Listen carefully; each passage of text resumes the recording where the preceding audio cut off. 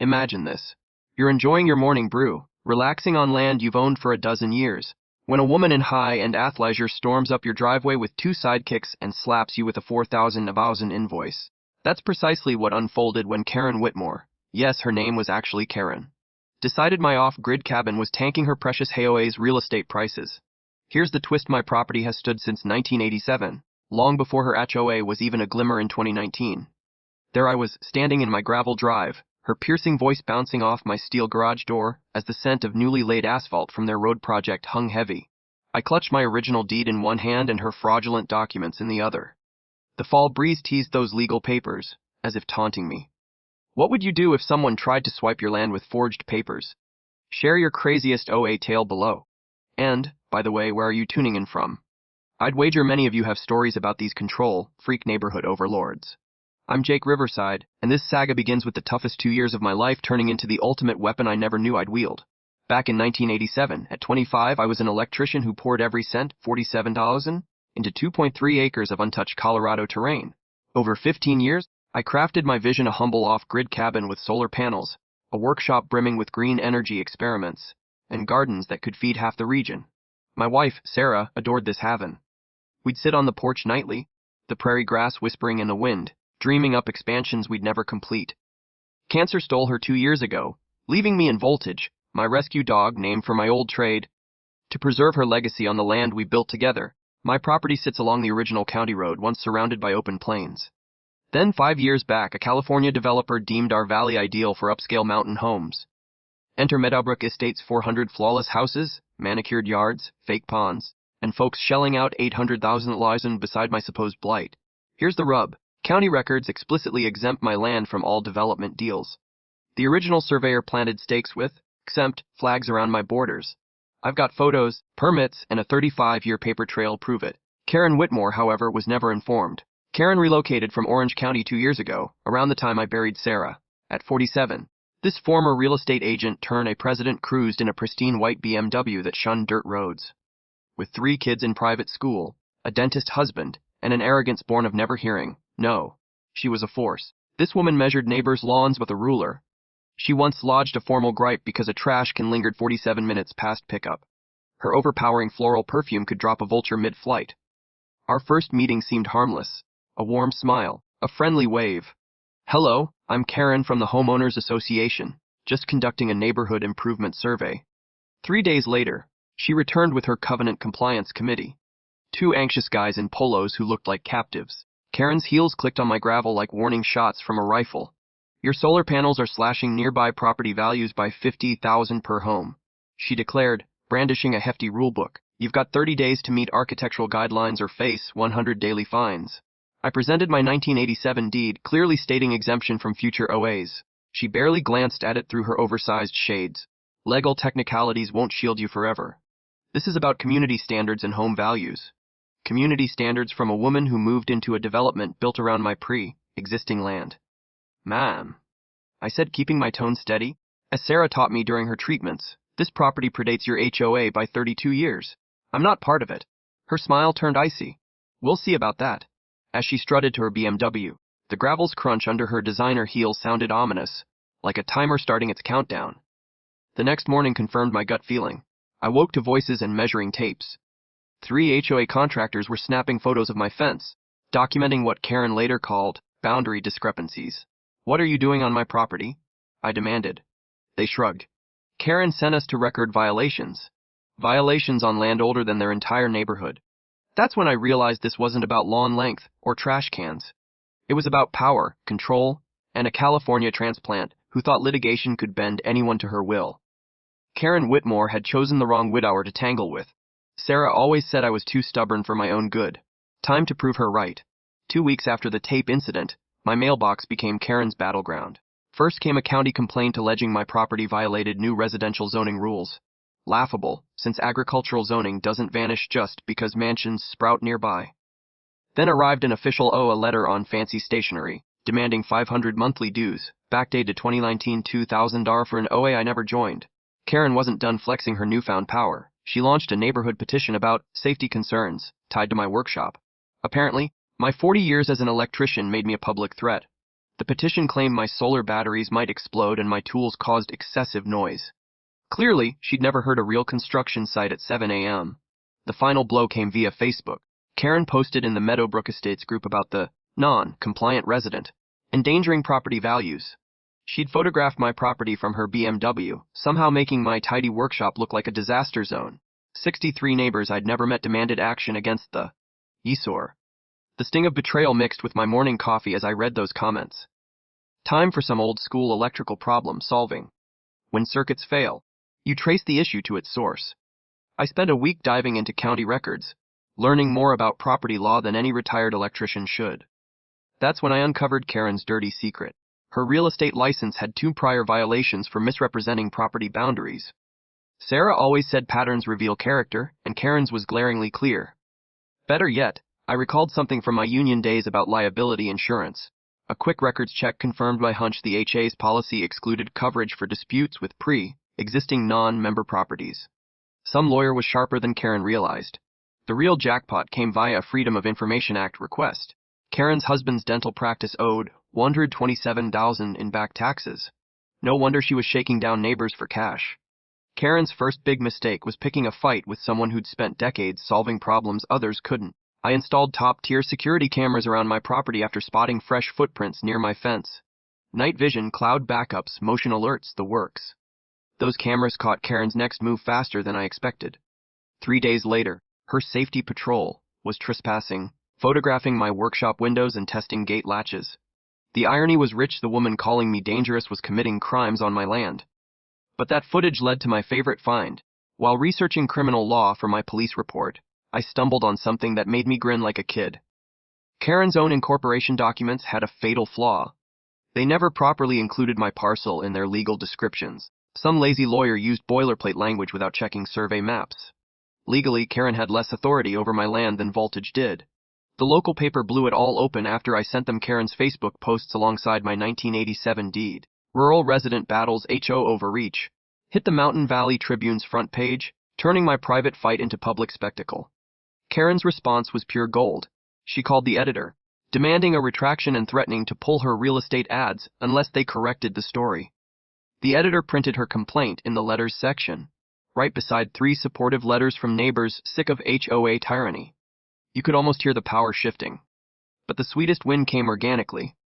Mrs. Henderson, from 3 streets over, showed up with chocolate chip cookies and questions about solar setups. The warm aroma of fresh baking mingled with fall air as she described Karen's harassment of her family's vegetable garden, claiming it violated aesthetic standards. "I've been watching this mess," she said. We're all fed up with her bullying. 3 more neighbors reached out that week with similar tales. Karen's reign of terror extended far beyond my property. She'd targeted anyone who didn't fit her suburban vision. The veteran with the pickup, the teacher with the wildflower garden, the retiree who painted his fence brown instead of white. The crunch of gravel under friendly visitors' feet became my new favorite sound. For the first time since Sarah's passing, my property felt like a community hub, not a fortress under attack. Karen tried to make me the neighborhood outcast, but instead, she'd sparked a rebellion against her petty dictatorship. Standing on my porch that evening, watching Voltage chase fireflies as neighbors discussed solar panels and gardens, I realized something profound. Sarah always believed good people unite in tough times. Karen's first major misstep was assuming I'd fight alone. She was about to learn how wrong suburban bullies can be. Karen's reaction to my newspaper win was swift and vicious. When fake authority failed, she turned to real lawyers. 3 days after the Tribune story, a process server handed me a civil lawsuit from Peyton & Associates, a firm specializing in property compliance enforcement, about as friendly as it sounds. The suit claimed my property was a nuisance and health hazard, irreparably harming nearby home values. 27 pages of legal nonsense demanded I dismantle my solar panels, demolish my workshop, and pay $35 in damages to neighbors. The scent of pricey legal paper mingled with my morning coffee as I read Karen's fictional version of reality. According to her lawyer, my 40-year-old property had suddenly become a public danger.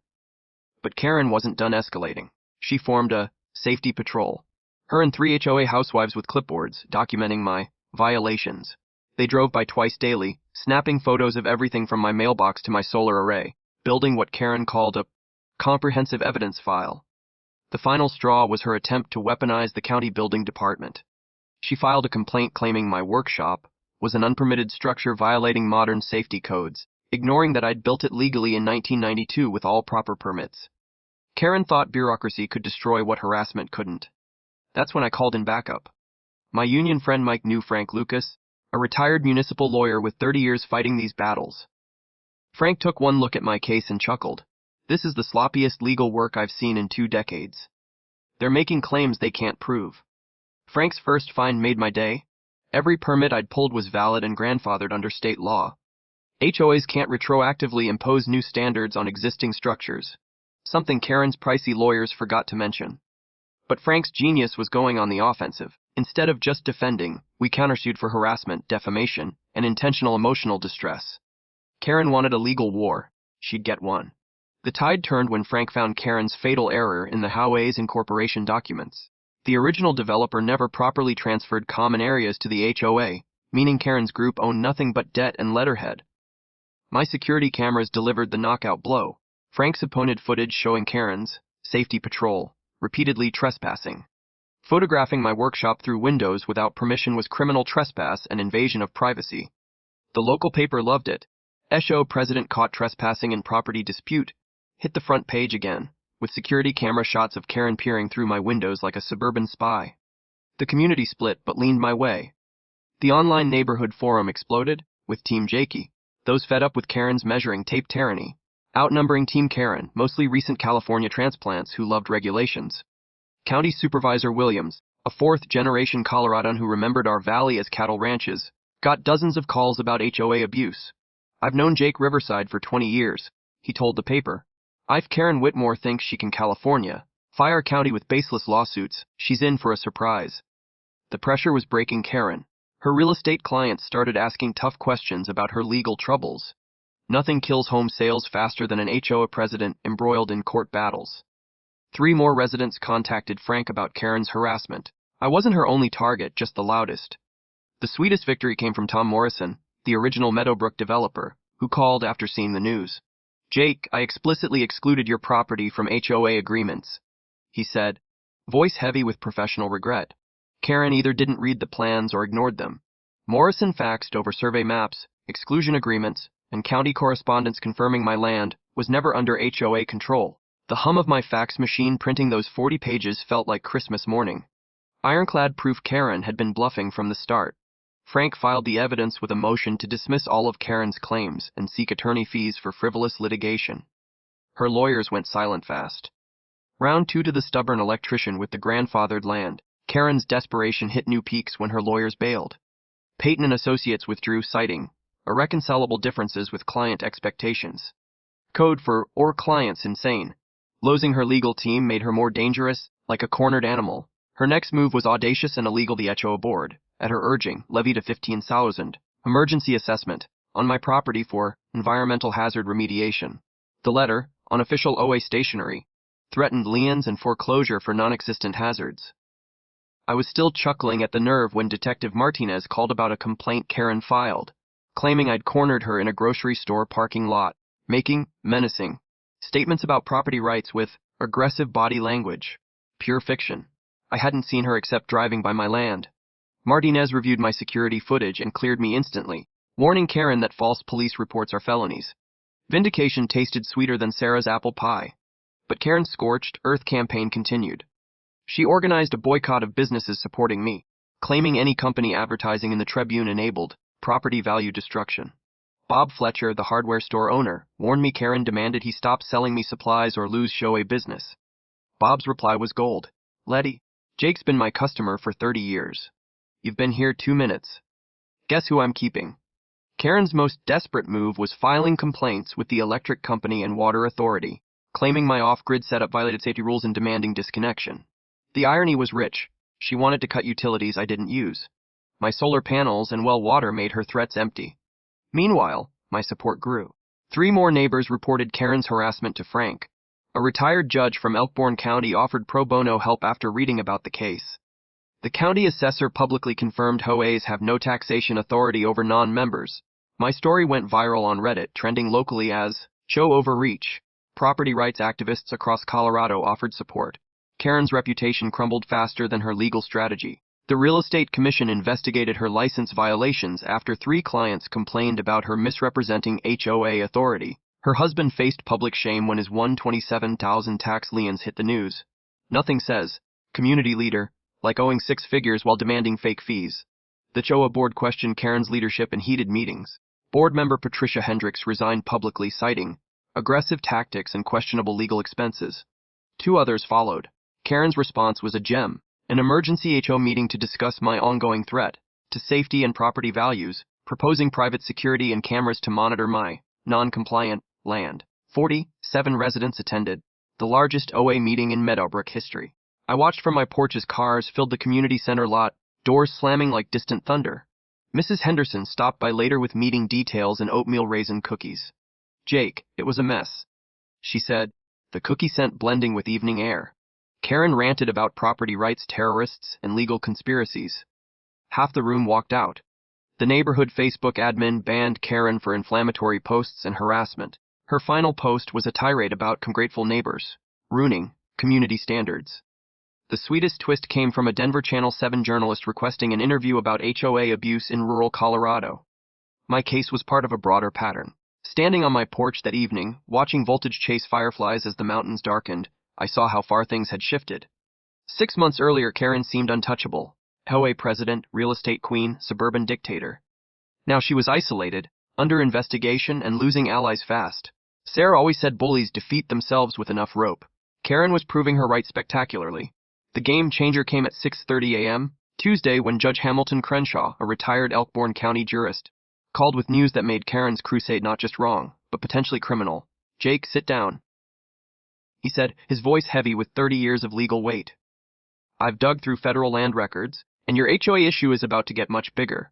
Crenshaw found Meadowbrook Estates sat on land with unresolved 1878 Native American treaty claims. The Arapaho Nation never ceded mineral and water rights, casting a legal shadow over the entire development. My property was excluded from the original deal because the surveyor knew about these treaty issues. Some long-dead lawyer had wisely kept my parcel out of federal litigation. Karen's law firm billed the $40,000 for research they knew was futile. HOAs can't control land they don't legally own. Crenshaw's next find infuriated me. Subpoenaed HOA financials revealed fraud that would shame a mob accountant. A $230,000 in legal and consulting fees over 3 years, money meant for community upkeep. Karen's real estate firm pocketed $85,000 in management commissions for non-existent work. Assessments weren't funding improvements. They were covering her legal bills and her husband's dental practice expansion. Several HOA board members had invested in Dr. Whitmore's practice before approving those shady contracts, violating federal conflict of interest disclosure laws. The smoking gun. 3 signatures on the HOA's incorporation documents belonged to residents who'd left before it was formed. Karen had forged legal papers to build her suburban empire. The state attorney general was already probing similar HOA fraud across Colorado. My case was part of a national pattern. Crenshaw revealed Karen's motive: her real estate business was bleeding cash from lawsuits over boundary misrepresentations. The HOA presidency was a scheme to fund her debts through legal fees and assessments. Her law firm bailed the next day, citing ethical conflicts. They didn't want to face federal charges with her. The HOA board called an emergency meeting to discuss Karen's removal after Frank delivered the forged documents and financial evidence. Board members who'd backed her suddenly forgot their involvement. The media shifted from a neighbor dispute to a suburban corruption expose. Denver Channel 7's investigation expanded to include treaty violations and civil rights abuses, carrying serious prison time. My property value rose due to media coverage of my HOA-free, off-grid paradise. 3 agents asked if I'd sell to clients seeking free living. Karen's campaign to tank my value made me the valley's most desirable neighbor. Standing in my workshop that evening, sawdust and mountain air mingling, I knew the fight had changed. This was about justice now. The morning after Crenshaw's bombshell, my workshop became mission control for the most satisfying legal campaign of my life. My team assembled like a heist crew, but instead of jewels, we were stealing back justice. Crenshaw brought 30 years of constitutional law and a contact list that could topple regimes. Rebecca Torres, the Channel 7 journalist, arrived with public records and a knack for sniffing out corruption.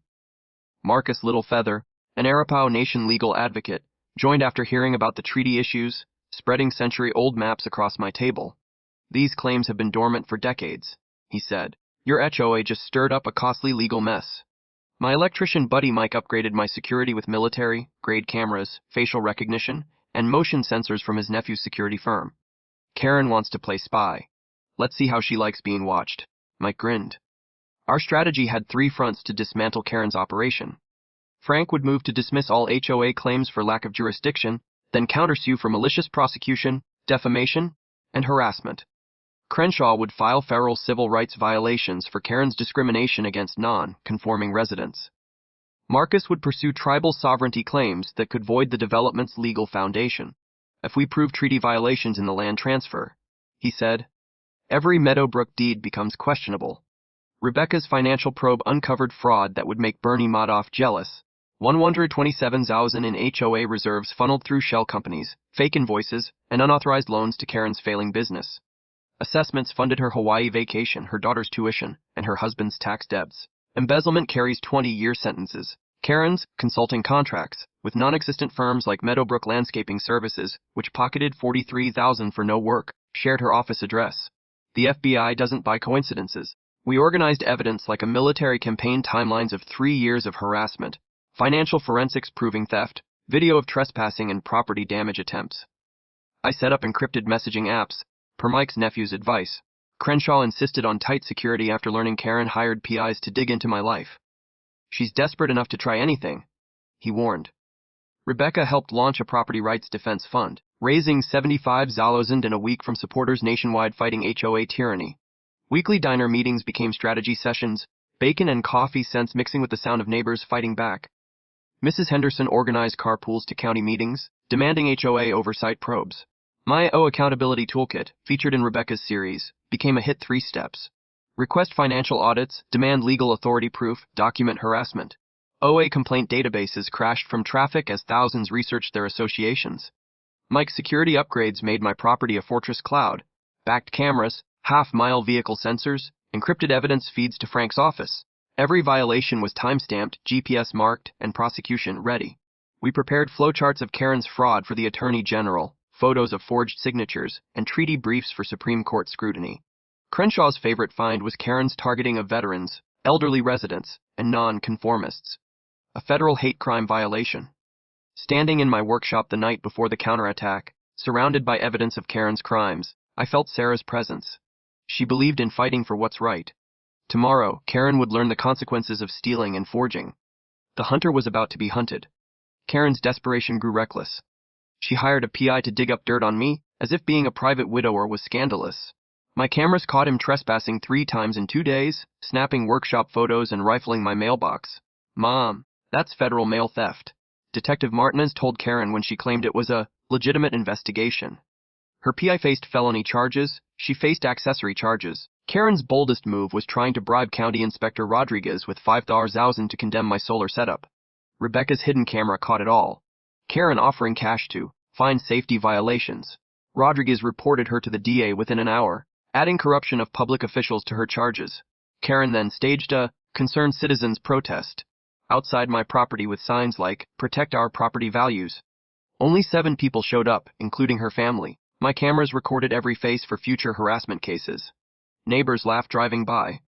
Mrs. Henderson's counterprotest that afternoon drew 43 supporters with "Property Rights Matter" signs, turning Karen's stunt into a PR disaster. News covered both, making Karen a fringe extremist. Her ethics complaint against Frank, alleging frivolous litigation and collusion with criminal elements, was dismissed in 48 hours as retaliatory. The state bar investigated her for false legal complaints, a crime itself. I stayed above the fray, as Sarah taught me during her illness. Winning means not becoming someone you're not.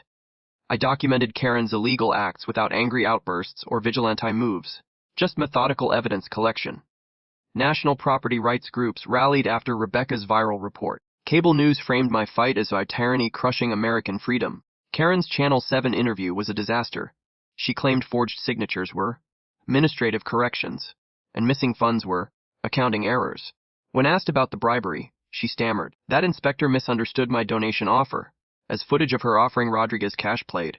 Karen lease trended nationally for 3 days.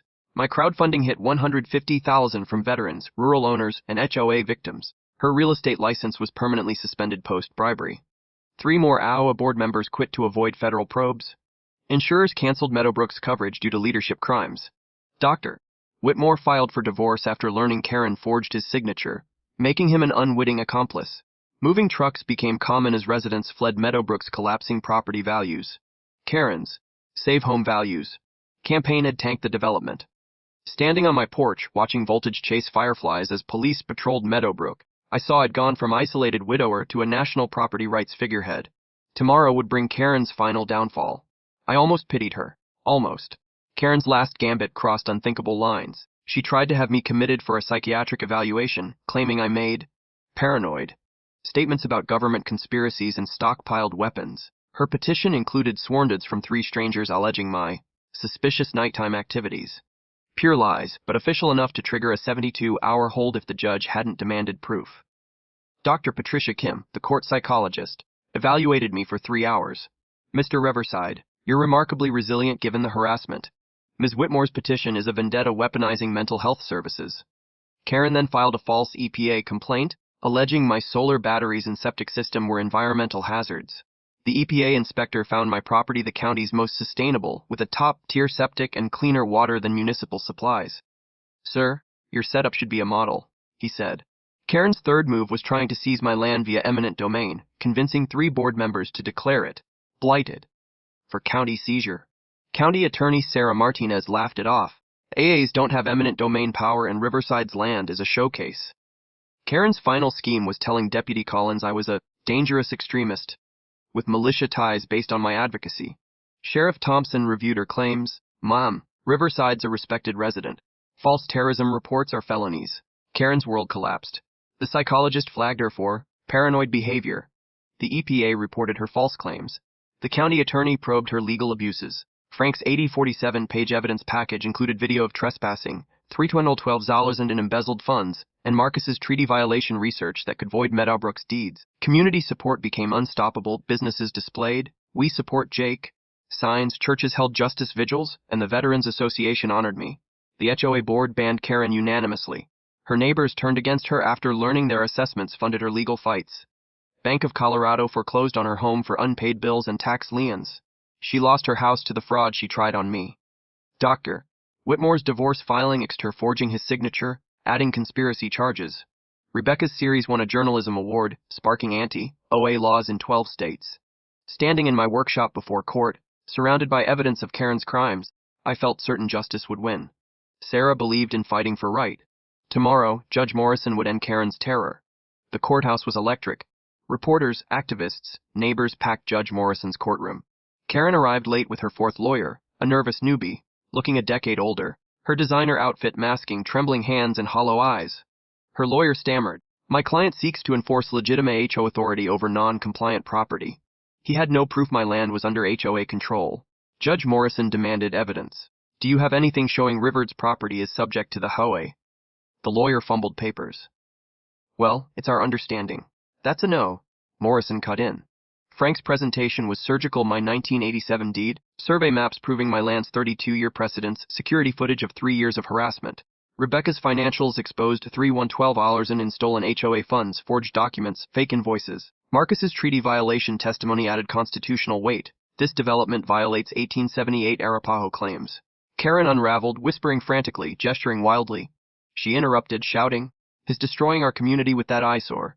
Morrison snapped, "Remain silent or be removed." When Frank showed the bribery, forgeries, and false reports, Karen screamed about property rights terrorists. Morrison let her meltdown play out for the record. "Ms. Whitmore, this is the worst HOA overreach I've seen in 30 years, he said. Riverside's property was never under HOA control. The incorporation documents are forged. The financials show embezzlement. This is criminal conspiracy. He ruled the HOA had no standing, ordered its dissolution pending federal investigation, and awarded me $127,000 in fees and damages. The gavel's bang was thunder ending a storm. Karen was escorted out, ranting about appeals. Media called it a landmark property rights victory. On the courthouse steps, surrounded by supporters, I felt Sarah's presence. Justice had arrived. 6 months later I understood Sarah's words. Losing everything helps you find what matters. Karen got 18 months in prison for embezzlement, fraud, and conspiracy, ordered to pay $427,000 she couldn't afford, losing her home, family, and freedom. Meadowbrook became a voluntary neighborhood association. No fees, no compliance squads, just neighbors helping each other, as Sarah envisioned. My property graced solar energy today. Off-grid paradise. Karen's attempt to erase my, yes sir, made it a national model. The Rural Property Defense Fund Scholarship, chaired by Crenshaw, helped 12 families win HOA fights. Colorado's Jakey's Law set criminal penalties for false OA claims. My YouTube, Off-Grid Jake's Property Protection, hit 300,000 subscribers, ending each video with, document everything, know your rights, don't let bullies change you. Lincoln Elementary's Renewable Energy Center, Sarah's Dream, teaches kids weekly. Their laughter fills the void of grief. Last September's Property Rights Festival drew 4,000, boosting local businesses and funding scholarships. Former HOA ponds are now a community garden and wildlife preserve. Karen's fate was Mythic Prison, divorce, foreclosure, banned from real estate, now working retail under a new name, a warning about power's corruption. My grief sanctuary became a community heart, with Mrs. Henderson's cookies, Mike's free security upgrades, and Rebecca's book deals. Kids from old HOA homes play with Valley families, coffee and conversation replacing legal stench. Sarah knew fighting for right makes you worthy of what you protect. Voltage, with 40,000 Instagram followers, shows rural values build community. This weekend, a Texas veteran seeks help against OA dog discrimination. Next month, a Native American family fights to save their sacred garden.